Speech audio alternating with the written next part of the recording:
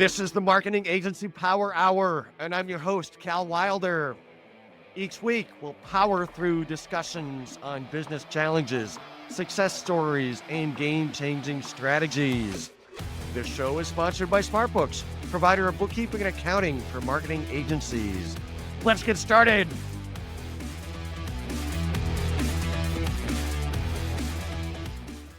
So I'm excited to be talking to today's guest. He's a marketing leader, a thought leader, a speaker, and a multiple-time author.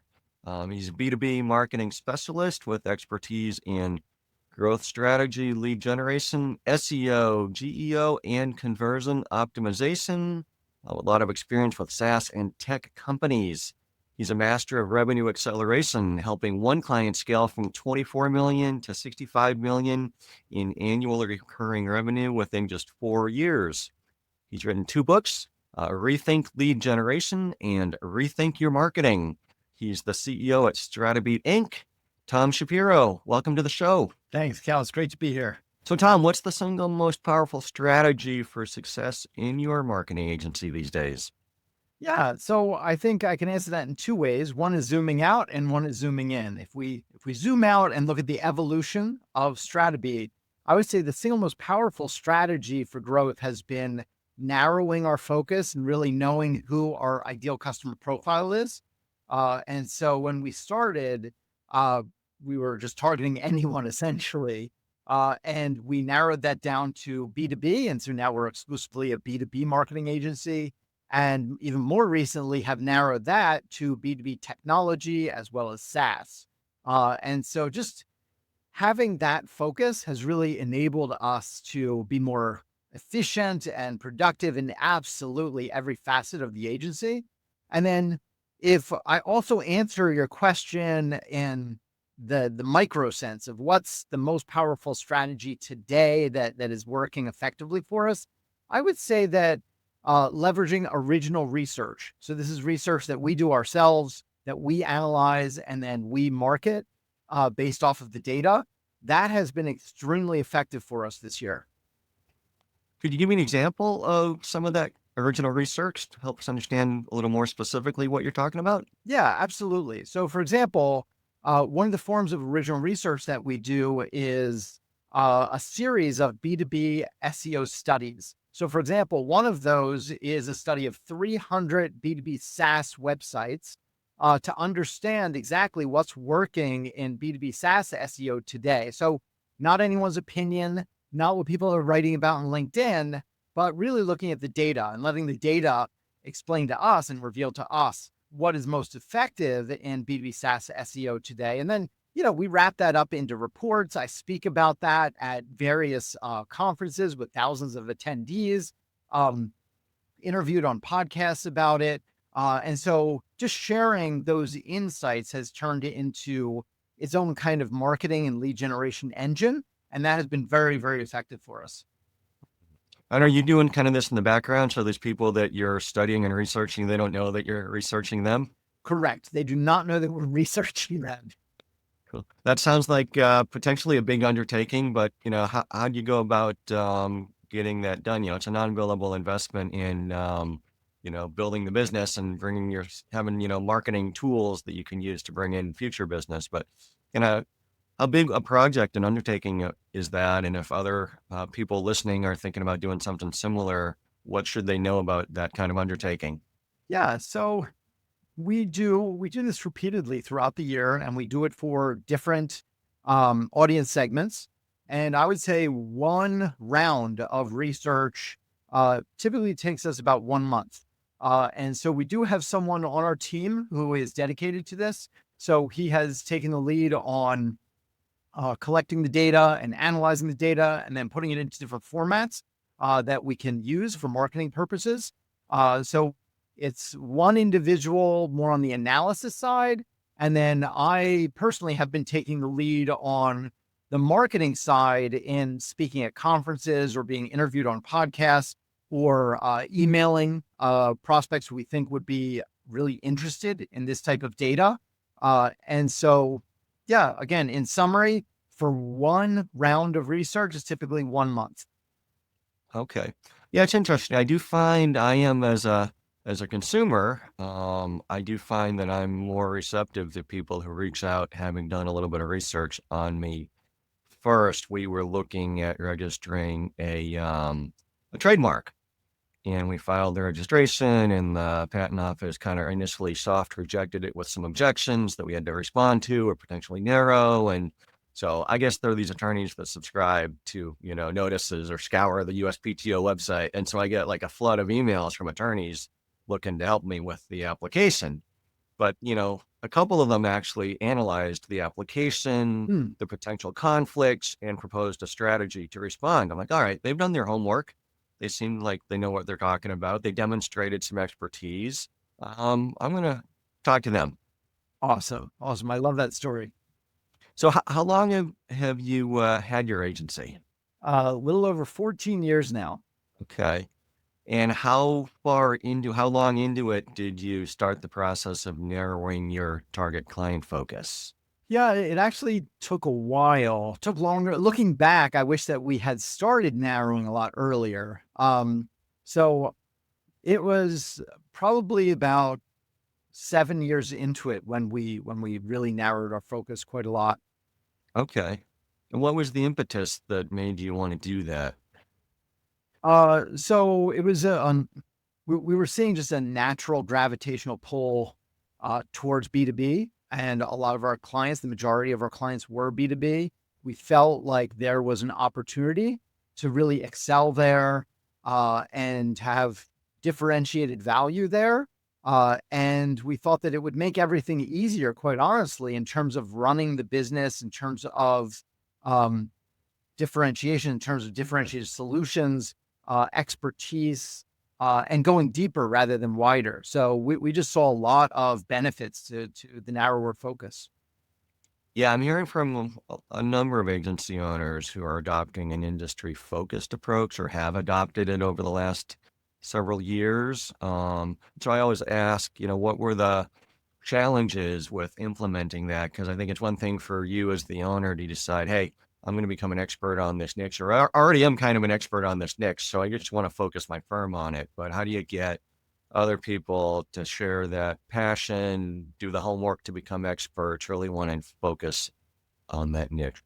Yeah. So in our case, there was no friction. It was an obvious choice. We're all excited about it internally. And so it wasn't as if we had to convince anyone. No one was objecting to the move. Everyone was on board 100%. And so in our case, it was a very easy transition. Historically, if I look back in my career, I had a similar experience where I was working at a company, years and years ago. This is obviously prior to starting Stratabeat. And this was a case where it was a software localization firm. And we, at first it was more broad. It was more, broad in nature where we weren't targeting any industry. A few of us inside the company suggested that we narrow the focus and work solely with software companies. And back at that time, that was a very novel approach. Very, very few companies were doing that back then. And the owner of the company finally agreed. We went all in and we wound up growing the company by 250% within the following 2 years. And so that was my first experience going through this process of narrowing the focus, and really got me hooked. Yeah, it can be counterintuitive, but I hear that story repeatedly. You know, you hate to think you're turning away business, and that might hurt growth, but yet people who successfully narrow their ICP and focus their marketing efforts on that narrow focus actually can grow pretty quickly. Yeah, yeah. Just the level of expertise that you develop when you focus on a specific niche day after day after day after day, year after year after year, is quite phenomenal. And it makes it very difficult for a generalist to compete head to head against a specialist like that. Right, right. So, back to the original research. So, for this example, you studied 300 B2B SaaS websites and drew some conclusions about what was working well or not so well. And then how did you end up using that information that you had documented and learned? Yeah. So what a lot of companies do, and this is the wrong way to use original research, is they'll come out with a PDF, right? They'll come out with a report and they'll put a landing page up and maybe, some kind of an announcement in their website about the new report. Maybe they'll post about it once or twice in social media. That's about it. They really Yeah. lack the promotional muscle behind the research. And we've seen a bunch of companies do this, and it really is a shame because you don't get nearly the value that you can out of the research. We take a very, very different approach where when we have the report in hand, we feel like that's actually the starting line. So publishing the report is not the finish line, it's the starting line. And what you really need to do is put a lot of your energy into promotion. Some of that certainly is online and LinkedIn. You want to be letting everyone know about it. And that's not just one or two posts, but that is literally for 6 months. How are you promoting this? You can email your list, certainly. But then also let's take it to a whole other level. So for instance, one of the things that we did was we contacted a number of different industry conferences and we said, hey, we have this original research, a lot of original data. We'll share it with you. If you think that the audience would love it and would really value learning about this, why don't you put us on stage and we'll share the research with everyone in your audience. And so this happened about 7 times where we're getting in front of literally thousands of people, our ICP, and we're able to share with them very unique differentiated data, which only we have. And so it's a very, very unique opportunity. It's a very powerful connection that you can build with your audience. Now, what else have we done? We've also been interviewed on podcasts, on webinars, going through the research. Again, the same type of idea as the conferences. We contact the podcast host or the webinar host, and we explain the value of the research. We share the research and the data with them. And if they find that it's a fit for their audience, then we come on the show and we're interviewed and we walk through the insights and the findings. In other situations, it might be a byline article. In other cases, it might be just, a private conversation. We have joined private communities where the private community has brought us in to have a private conversation with their community about this research. And so, the key is you want to add as much value to the audience as possible, right? Like this has to be real tangible value. It can't be fluff. And you want to do rigorous analysis around the data. But once you have that in hand, going back to what I was saying, it's all about promotion, right? It's all about letting your audience know that this information exists, that you have these insights for them, and making sure that you're connecting with them. If all you're doing is you're putting together a landing page, you might be posting about it once or twice in LinkedIn, you get maybe 5% of the promotional value of what you potentially could be earning with that research.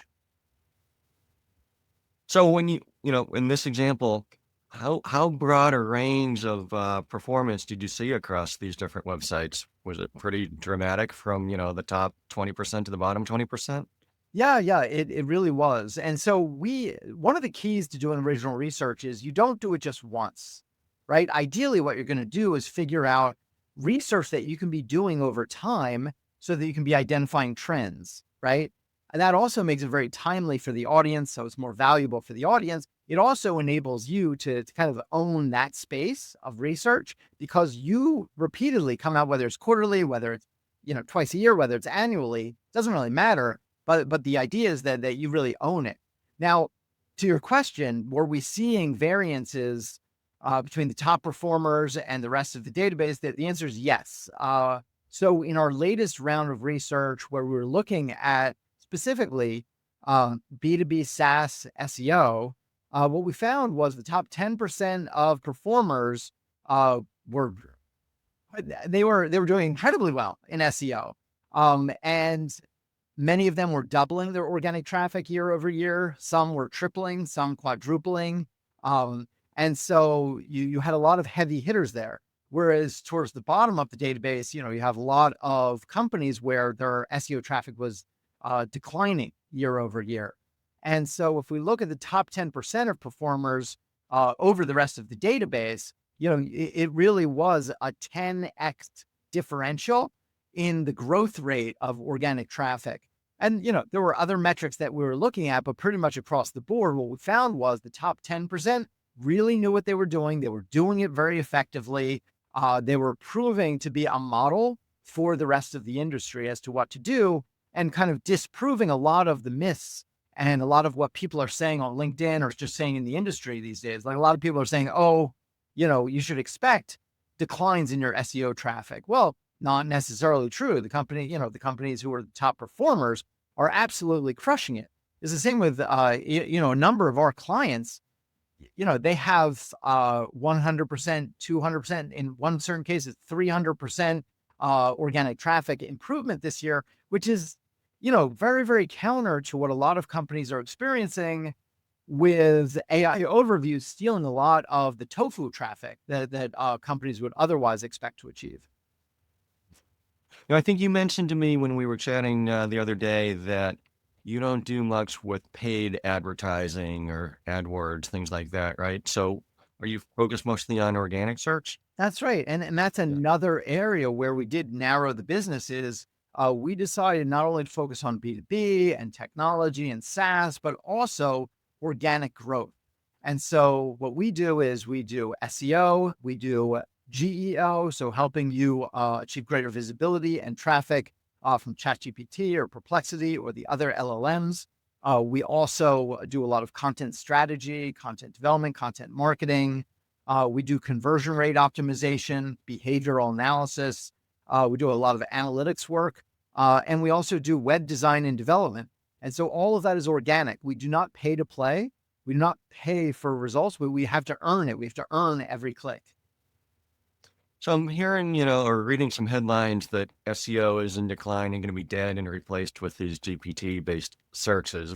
What's your take on that whole situation? Yeah, it's hilarious. So I've been in SEO since literally 2005. So a very, very long time. And I've heard countless times that SEO is dead, whether it was 2010, whether it was 2015, 2020, and now we're hearing it again, that the LLMs are going to crush Google SEO.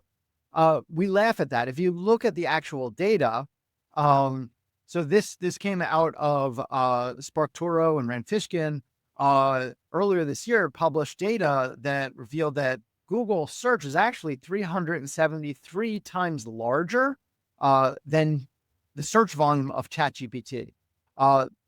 Google search grew over this past year by something like 22%, something like that. So that 22%, that incremental amount alone is several ChatGPTs. And so if we're just looking at the data and we're looking at the volume, the way that you're going to win in 2025 really is with Google SEO, right? And you have to learn how, what's effective, how to overcome the AI overviews, and really dominate in Google this year, because simply the volume in ChatGPT and Perplexity and Claude and Gemini is just not there yet. Now, at the same time, we are helping all of our clients perform better and become more visible and generate more citations in the LLMs like ChatGPT and Perplexity. The reason being is that usage is growing very rapidly. Although the numbers are drastically different and much lower than Google search volumes this year, we are anticipating that by 2027, it's going to be a much more equal playing field. And so just looking to the future, understanding trends, understanding user behavior, searches in ChatGPT and the other LLMs is going to continue to grow pretty substantially. Also, we know that Google is moving towards AI mode. The vast majority of Google users are not using AI mode today. However, we know that eventually it is going to go in that direction. And so certainly, if we look at how are you going to win today, how are you going to talk to your CEO about your results this quarter? Your best bet really is Google search. That's where the volume is. However, if we're looking ahead, let's say, a year from now, 2 years from now, 3 years from now, you have to be dominating in ChatGPT and the other LLMs. And so, there really are two stories going on here. I mean, you're the expert and you can tell me, but from my limited opinion here, it would seem like there's going to be a search algorithm that the LLMs use, and it's got to be similar. You got to have good content that somehow is deemed credible and relevant and important to present. But instead of only having to worry about Google's algorithm, maybe we'll have to worry about a few different major algorithms, right? But I think there's really going to be that much of a difference. Well, there are pretty significant differences Yeah. today. And the thing is, if you focus on high quality, if you focus on having expert information, and if you focus on just being a leader in your industry and being mentioned, being talked about, having backlinks, all of that, it's going to help you both with Google SEO as well as with generative engine optimization. It's going to help you both ways. We have a very, very long checklist of things that you should be doing to improve your visibility in ChatGPT and the other generative engines. And honestly, 90% of what's on that list is also going to help you with your Google SEO. And so there's so much overlap. Really the best strategy is to target winning in both. I'll give you an example. In order to perform well in the LLMs, and you can read this online, any expert will tell you that structured data is really important, schema markup, things like that. We've been telling our clients and implementing this for our clients for what, 15 years now, but on the SEO side. And so now everyone is making it out to be something completely new for the generative engines. It is not. It's something that we've always done for SEO. It's something that we will continue to do for SEO. But guess what? It also will help you with your visibility in ChatGPT, in Perplexity. And so there's so much overlap in things that you can be doing to boost your visibility in both, that, our recommendation is it's not either or, right? It's not an either or situation. You don't have to de-emphasize SEO. You don't have to decide on targeting Google or the LLMs. You can target both very, very easily and efficiently and effectively. So we could talk more and more about this, but I do want to move on to some other topics here and Yeah. understand to kind of, clearly you got a lot of expertise around search optimization and conversion and associated topics here for clients. But and how do you translate that into success for your firm? And how do you define success if you look back over the course of a year for your own firm internally? How do you define success, and what do you target for success? Yeah. So I think that almost every agency looks at revenue as one of the measures of success, and we do as well. But if we look under the hood, what is it that we really are passionate about, that we care about, that we're looking at all the time? And really, you can look at three things. One is client results. It's all about client results, right? And, we pride ourselves on being obsessed with getting client results and getting massive client results. So that's one of our measures of success. The others is client happiness.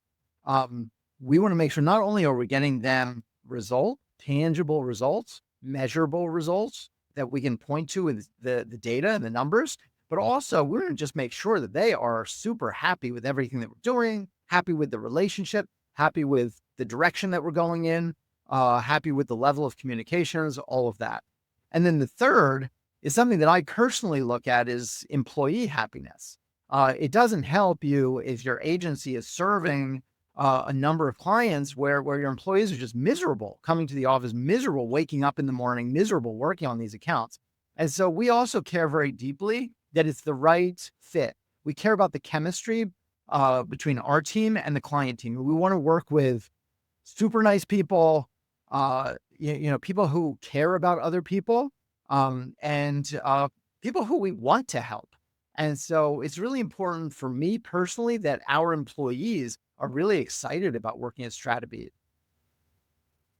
Yeah, that's a key point. I've certainly experienced that myself. I'm in the, accounting and bookkeeping and tax and CFO advisory type space, and client selection, I've come to realize over the years is critical because, if you got an accountant who's supporting 7 or 8 different clients and one of them is miserable to work with, it just ruins their whole day, even if it's only 10% of the work they have to do for that one client, right? Completely agree with you. Yeah, it taints everything. And so it's really, really important to get the right clients, the clients who are just the right fit.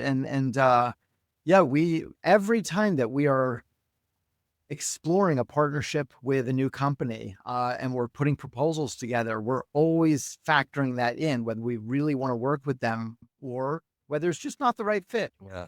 And then there's that risk to going too far in the other extreme, just saying us, they're not fits for us. Well, gotta make sure we are a good fit for enough of them too, right? Absolutely, absolutely. Yeah, yeah. Cool. So we've heard a lot about good things you're doing. There must have been some, challenges over the last couple of years, or maybe a hurdle that you're trying to figure out how to overcome today. What have you seen or you're currently seeing as major challenges to your firm's success? Yeah. So one of the things which has always been a challenge, and I think will continue to be a challenge into the future, is just, we're always learning more and more and more. There's always more to do, more to learn, right?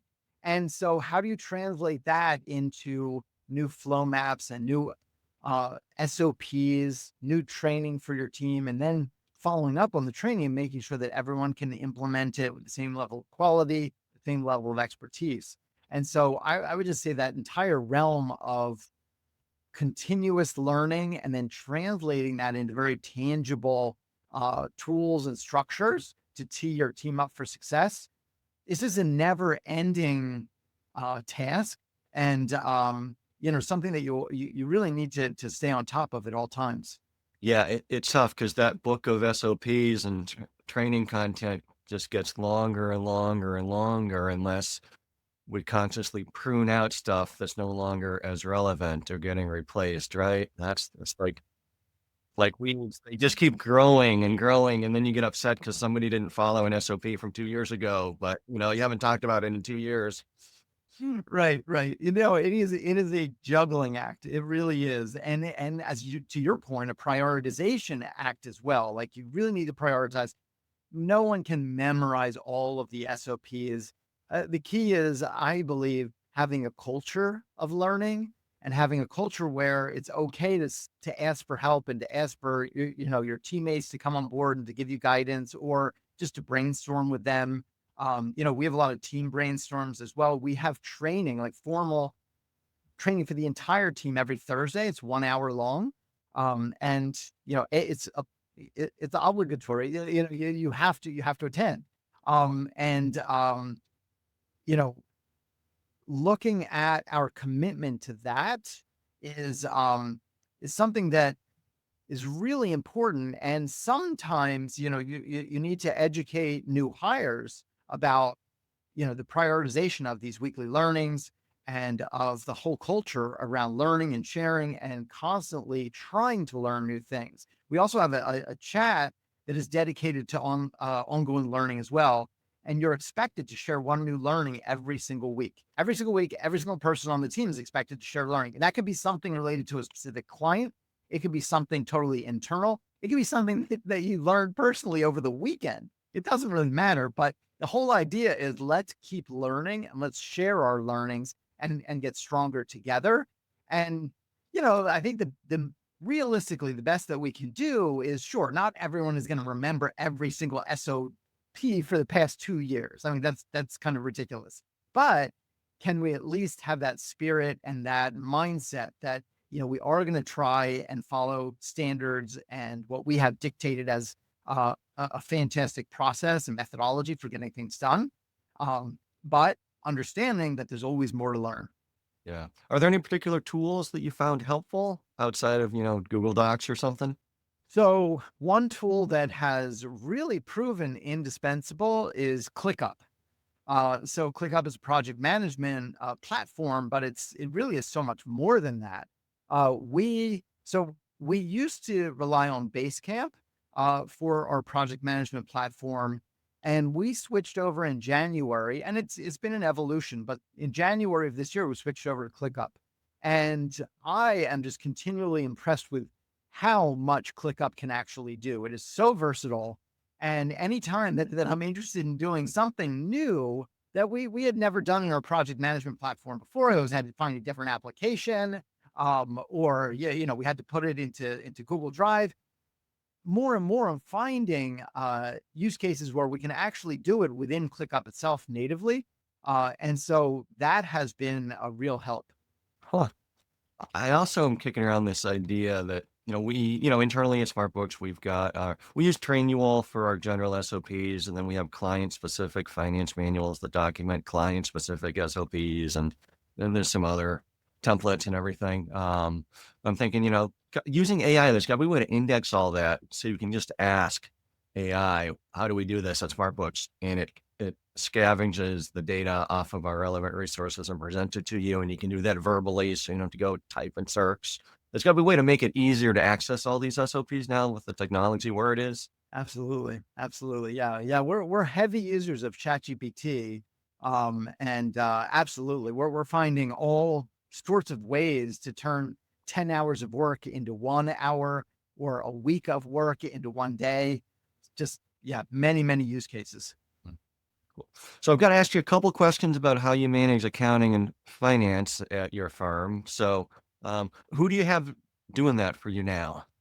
So from day one, I made sure to outsource our accounting. So we do have an accounting firm that does all of our accounting, all of our bookkeeping. So any time that an invoice needs to be generated, they are the ones who invoice it or who generate the invoices.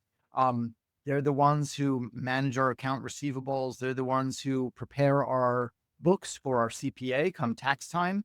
And like I said, that's something that I outsourced from the very first day over 14 years ago. And we've been with the same firm ever since. Wow, they must be doing a great job for you. That's awesome.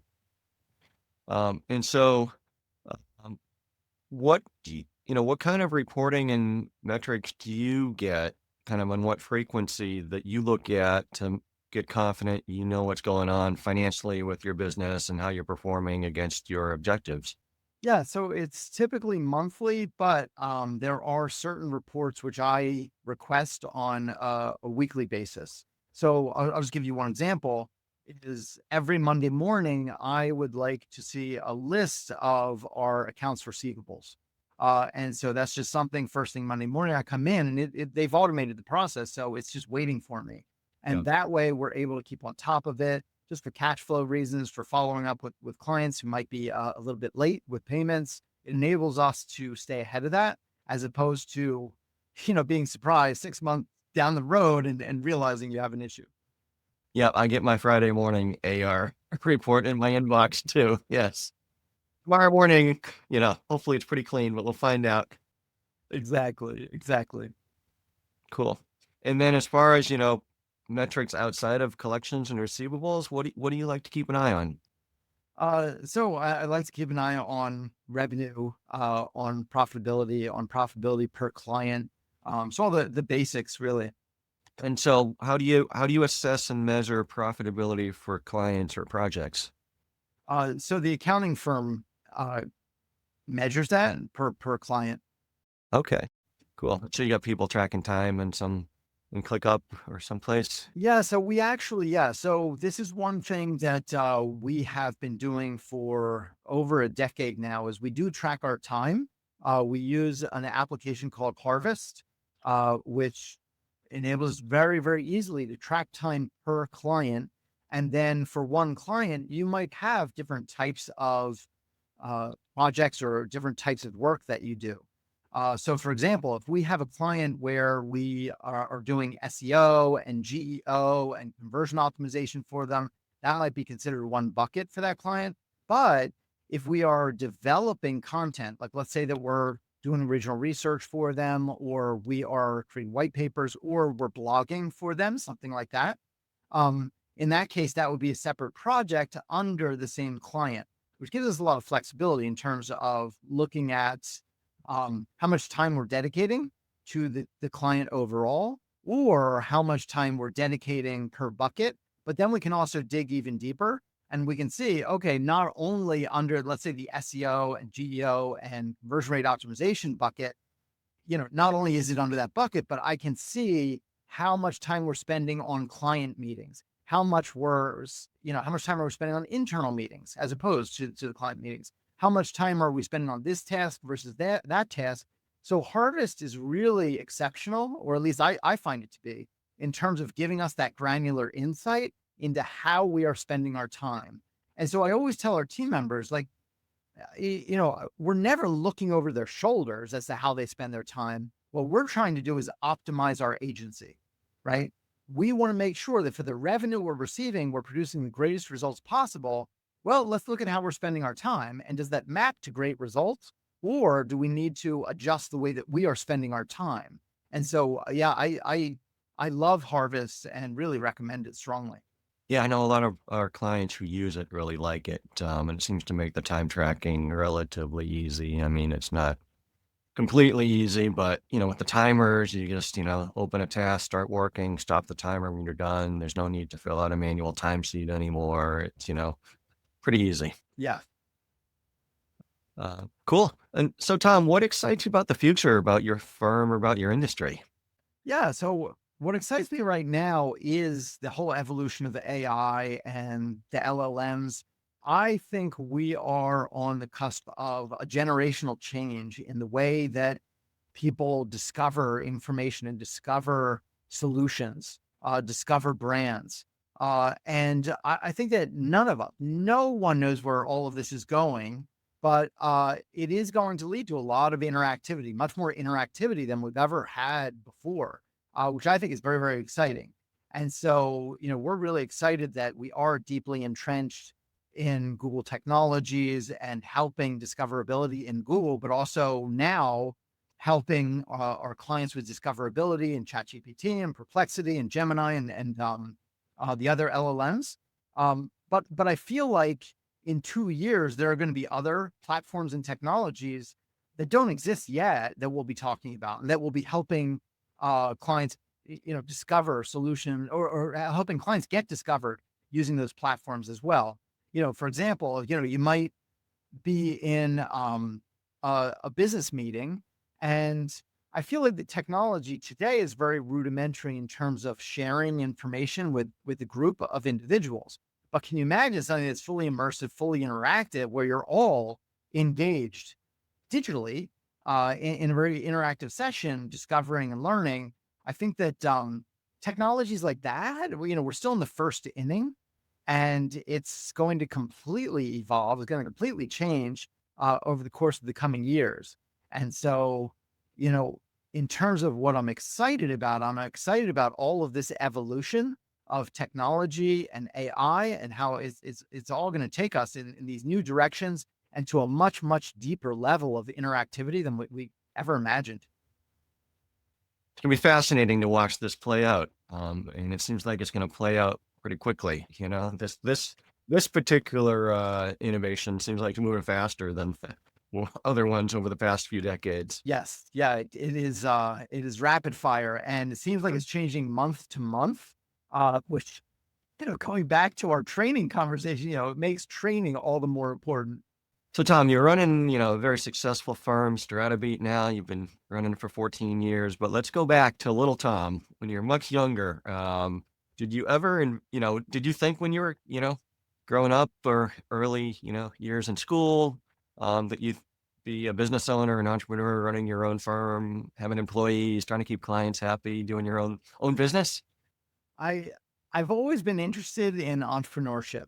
And so I did have an inkling that I would probably wind up running my own business. Um, what I didn't realize, obviously, was the amount of work and the amount of effort that it does take to do that, and all the different facets of the business. It's not just doing the actual work, but to our earlier conversation, it's all the accounting, it's all the cash flow monitoring, it's everything to do with the financials of the business. But then you also have to deal with all the legalities of the business. Do you have the right contracts at your fingertips? What about business insurance? Do you have the right business insurance? Or, is it enough coverage? Is it too much coverage? Are you overpaying? So there are just endless facets of running a business that you do need to cover, you do need to pay attention to, make sure that you're taking care of business there. That is not often talked about when people talk about entrepreneurship and running your own shop, oftentimes those conversations are focused more on, getting new clients and revenue and exciting growth, as opposed to the day-to-day operational facets of the business that make it all run smoothly. Yeah, there's a lot of unglamorous work to be done as well that nobody wants to really talk about. Mm. So, what were the key milestones or the key catalysts that got you to put up your own shingle and go for it? So, um, I had a certain degree of success working for others. And so, for example, at one company that I mentioned earlier, helped them to grow revenue by 250%. So that was fantastic. The next company that I joined, I helped them triple revenue. And then the company that I was at, I prospect just before starting Stratabeat. So when I joined, we were about $12 million in annual revenue. And we completely overhauled how sales and marketing was done after I joined. And it was certainly a team effort, but we basically went from $12 million a year in annual revenue to 75 million in annual revenue during a 5-year time span. So it was a rocket ship of growth. Um, and so, I think that looking at all of that growth, I had to look internally and say, well, what's the next chapter for me? Do I want to work at another company? Do I want to continue working at iProspect and help them grow even further? And one of the things that really interested me at the time was I wanted more tools in the toolbox in order to help clients. iProspect was a fantastic agency. I loved working there. I loved the people, but we were essentially, for all intents and purposes, the only services that we really provided were SEO and PPC. There were some others, but it was a tiny percentage of revenue. It was really SEO and PPC, and that was it. And I would be having these conversations with, PMOs where we would talk for 3 hours and I would be walking them through all of the digital problems that I was seeing them have. I would walk them through their own website and point out all of the problems with their website. And a lot of these problems they weren't related to SEO. They were just problems they were blockers for driving business.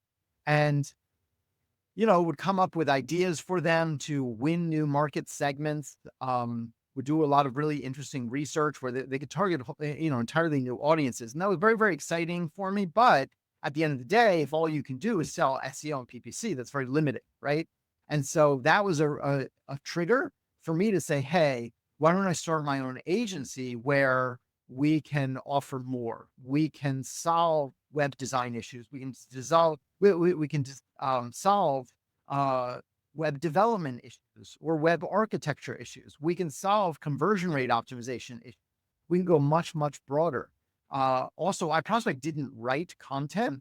And that was one thing which I felt was really critical for us to be able to maximize results, was to be able to develop content ourselves. And so launching Stratabeat enabled me to offer all of those things to clients. It was a much more holistic solution.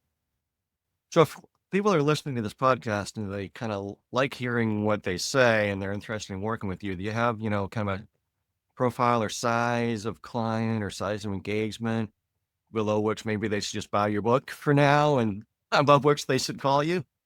Yeah. So, a lot of our clients are between $10 million a year in annual revenue and 1 billion.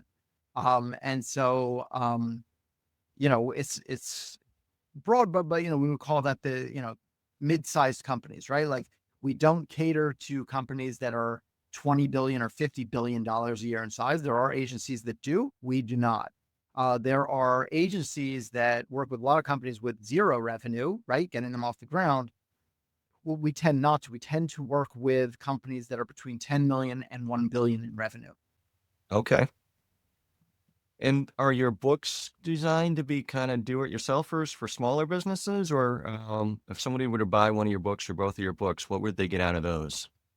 Yeah. So a lot of what is included in the books, yeah, you can take those ideas and run with them yourself. You can implement them yourself. There are a lot of very, very specific ideas. There are a lot of stories to back up how this works in reality so that you can see it in action. It's not just conceptual, it's not just theoretical, but I'm showing you very specifically how you can make this work in the real world. And so certainly if you get the book, Rethink Lead Generation or Rethink Your Marketing, you will have the strategies as well as very concrete examples, how to put it in play. Um, on the other hand, if you read the strategies, you get really excited by them, but you're looking for more horsepower. You're looking for an agency to really capitalize on those strategies and really move the needle for your business, whether that's, just greater revenue or greater profitability or capturing new audience segments who you'd like to target, um, then that's an option as well. I mean, Stratabeat is, would love to work with you. Great. And if somebody wants to reach out to you, what's the best way for them to reach you? Yeah. So you can go to the Stratabeat website. So just stratabeat.com and you can reach out to our book a strategy call page or our contact us page. Right now, we're also offering a free geo audit, so a generative engine optimization audit that's free. So if that's of interest, you can also request that.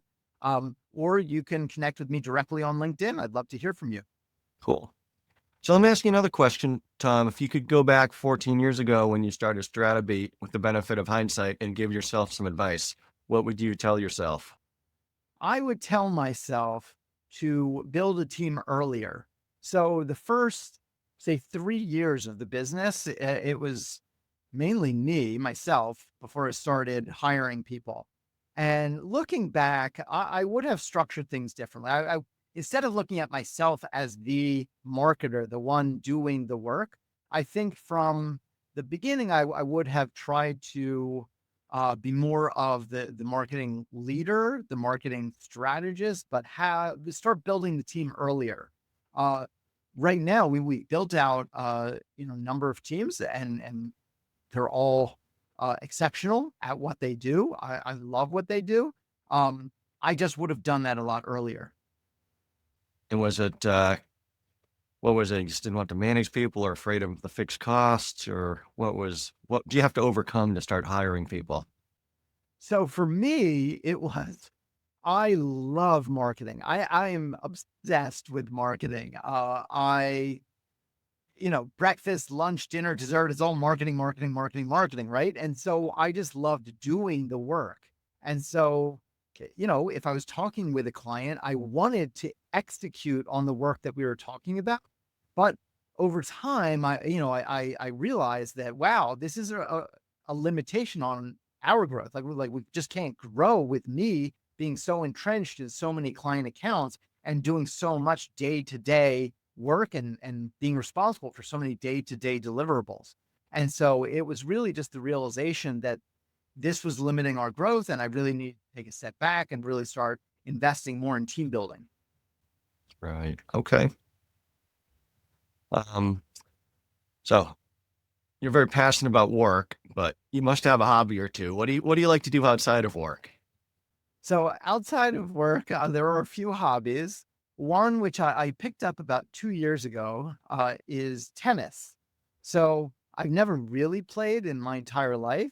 I maybe picked up a racket, maybe, half a dozen times in my entire life. And 2 years ago, I decided, okay, I've wanted to play tennis forever. I've never really done it. So I decided I was going to start lessons.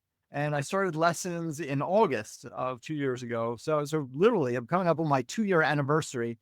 And now, Cal, I am absolutely obsessed with it. I play every week, multiple times a week. I'm always looking forward to it. I can't wait to get to the court. If I could play tennis every day, morning to evening, I would.